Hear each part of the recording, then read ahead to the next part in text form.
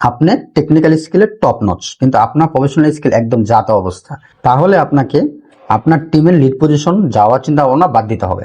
যদি আপনি চান আপনার টিমের লিড পজিশন যাবেন বা আপনার টিমে আপনাকে আলাদাভাবে নজর কাটবে, এরকম যদি আপনি চান, টেকনিক্যাল স্কিলের পাশাপাশি সফট স্কিল যেগুলো আছে এগুলোর মধ্যে জোর দিতে হবে।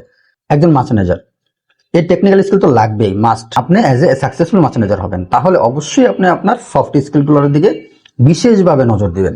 এখন কথা হচ্ছে কোন কোন সফট স্কিলগুলোর দিকে আপনি বিশেষভাবে নজর দিবেন। মার্চেন্ডাইজিং পজিশনে যেসব সফট স্কিলগুলোতে বিশেষভাবে নজর দিতে হবে, এর মধ্যে সবার আগে হচ্ছে communication skill, negotiation skill, conflict management, leadership. এই চারটা সফট স্কিল অবশ্যই আপনাকে সবার থেকে আলাদা করে রাখবে।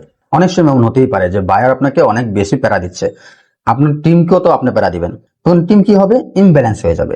এই ইমব্যালেন্সটাকে আপনি মোটিভেশনের মাধ্যমে আপনি ব্যালেন্সের মধ্যে আনবেন। মোটিভেশনটা কখন করতে পারবেন, যখন আপনার মধ্যে সফট স্কিলটা থাকবে। টেকনিক্যাল স্কিল হচ্ছে আপনাকে নিজে নিজে কাজ করতে সহজ করে দিবে, কিন্তু সফট স্কিল হচ্ছে আপনাকে অ্যাজ এ টিম আকারে সহজে কাজ করতে সহযোগিতা করবে। সফট স্কিলের মধ্যে আরেকটা ব্যাপার আছে, আপনার টিমে যে যে ভালো কাজ যদি কেউ করে, সে অবশ্যই তার ভালো কাজ প্রশংসার দাবি রাখে, আপনি তাকে প্রশংসাটা করেন।